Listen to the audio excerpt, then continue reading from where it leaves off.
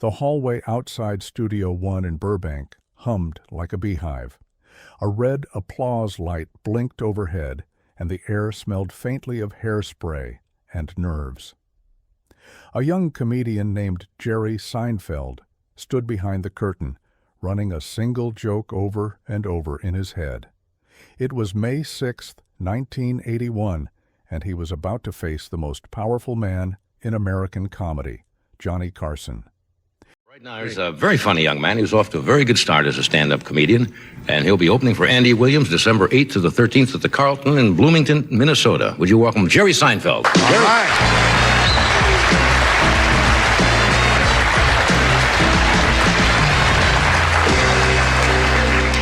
Hey, how's everybody doing? In that era, The Tonight Show, starring Johnny Carson, wasn't just television, it was the gate to the kingdom. If Johnny liked you, your life changed overnight.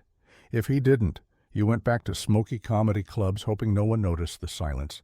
Johnny was the quiet sovereign of late-night television, smooth, measured, always in control. He didn't hand out compliments, and he almost never said directly that he loved anyone's work.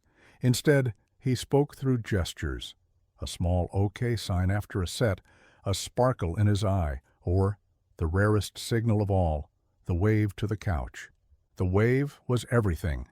In Carson's world, it was the Pope's blessing, and Hollywood's green light rolled into one. It meant, you belong here, you've made it. So when Jerry walked onto that stage for his first Tonight Show appearance, the stakes could not have been higher.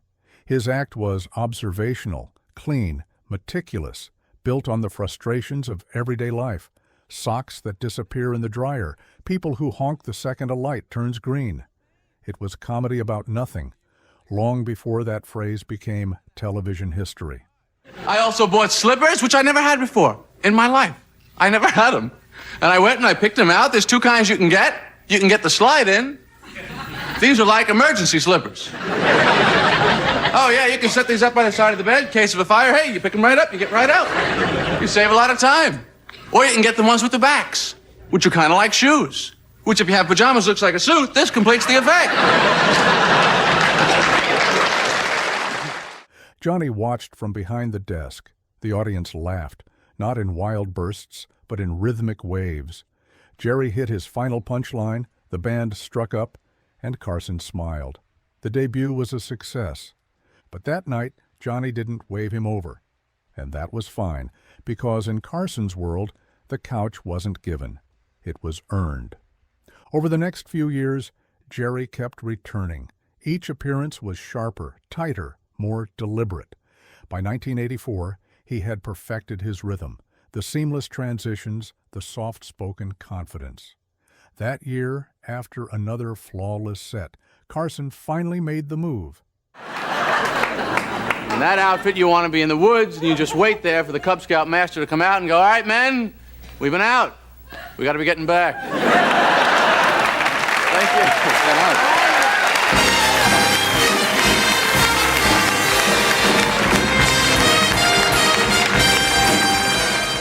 He waved him over. To the audience, it looked casual. To comedians watching at home, it was thunder. That tiny flick of Johnny's hand meant Jerry Seinfeld had joined an exclusive brotherhood, the few who had impressed Carson enough to be invited into conversation. When Jerry sat down, the crowd erupted. The message was clear: Johnny approves. The August 14, 1984 episode became a landmark moment for stand-up comedians everywhere. In Carson's world, this was the highest form of love. Johnny Carson never said much about Jerry in public. He didn't have to. The man who had launched careers, David Letterman, Ellen DeGeneres, Drew Carey, operated by instinct, not commentary. His love wasn't verbal, it was curatorial. When he admired a comedian, he rebooked them, he gave them time, he let them talk. And that's exactly what he did with Seinfeld. Over the next decade, Jerry appeared on The Tonight Show several more times, including a 1991 episode just a year before Carson's retirement. By then, Seinfeld's own sitcom had premiered, and Carson treated him as a peer, not a newcomer. The unspoken message was loud. You carried the torch, and you carried it well. To understand why Johnny loved Jerry, you have to understand Johnny himself. Carson valued craft above everything.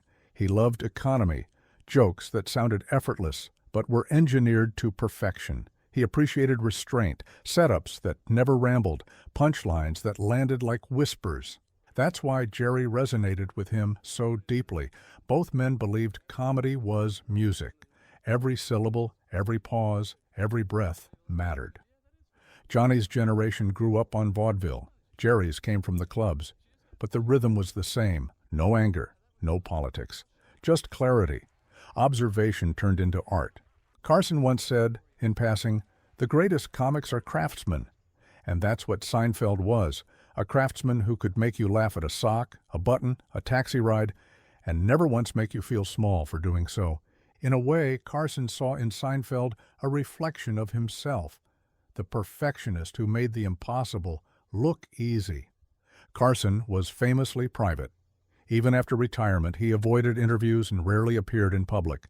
He preferred the ocean, his home in Malibu, and the sound of silence after decades of laughter. But his influence lingered. Every comic who had ever stood in that studio felt his presence long after the show ended in 1992.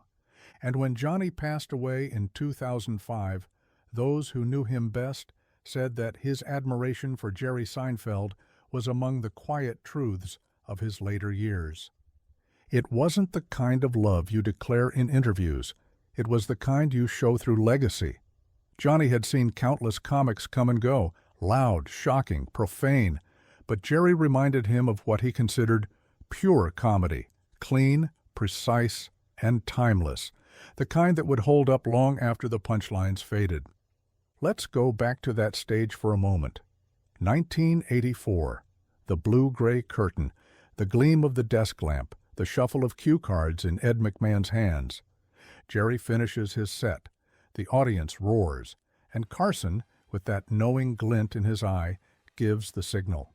He waves him over. It's subtle, almost tender. But to those who lived in the world of late-night television, it was as if a knight had been touched by the sword. Jerry sits. The band softens. The crowd still buzzes. And Johnny leans in with a grin that said it all. You did it, kid. In later interviews, Seinfeld often described that night as one of the most electric moments of his life. It was like being launched into space, he said. You felt like you'd been accepted into a secret club.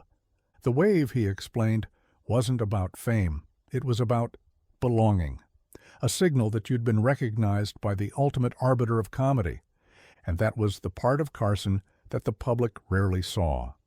The tenderness behind the stoicism, the teacher behind the performer. He wasn't easy to impress, but when he found someone who reminded him why he loved comedy in the first place, he gave them his quiet blessing. When Johnny retired in 1992, he handed the reins to Jay Leno, but he kept an eye on the world of comedy.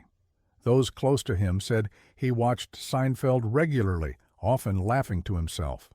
Privately, he told friends he admired how Jerry's sitcom broke rules without breaking tone, how it was funny without cruelty, absurd without malice. In other words, it was Carson-approved comedy, smart, gentle, human. There's a story, never confirmed but often repeated, that Johnny sent Jerry a congratulatory note after Seinfeld became a hit. The note was short, in classic Carson fashion. Still watching. Still laughing. Whether the story is apocryphal or true almost doesn't matter, because it feels exactly like something Johnny would say. When Carson passed away in January 2005, tributes poured in from every corner of entertainment. Jerry Seinfeld, reflecting on the man who had once waved him over, called Johnny the Mount Everest of stand-up. He was the definition of timing, Jerry said. He made it look so easy that people forgot it was hard. And in that, perhaps, was the real reason Johnny loved him. Jerry didn't chase shock or controversy. He didn't try to reinvent the wheel. He simply turned it perfectly, every time. That's what Carson had built his entire career on, That was the language they shared. If Johnny's on-air wave was the first love letter, Jerry's later success was the reply. When Seinfeld ruled the 1990s, redefining what a sitcom could be, it carried the DNA of Carson's world, the clean setups, the human quirks, the rhythm of conversation that felt musical. You could almost imagine Johnny watching from his Malibu home, smiling quietly, knowing his instincts had been right again. Comedy was evolving, but its core, timing, truth, and craftsmanship, still mattered.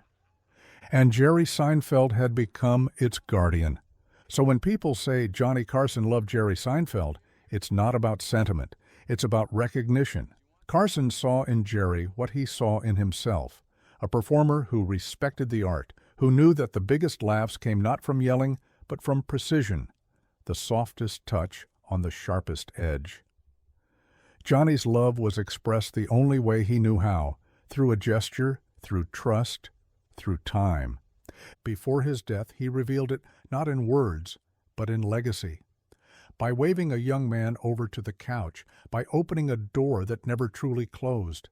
In that glowing moment, the studio lights softening, the crowd fading into background applause, Carson's hand lifted, almost imperceptibly. Jerry turned, surprised, and walked toward him. It was the smallest movement on television that night, and yet, for comedy, it was everything. Because that wave, that quiet, unspoken act of love, carried farther than anyone watching could have imagined. And long after the lights went dark, it's still waving. If you enjoyed this video, please leave a like and comment down below, as it helps support this channel. Also, consider subscribing and hitting the notification bell to get notified of our newest videos. Thanks for watching.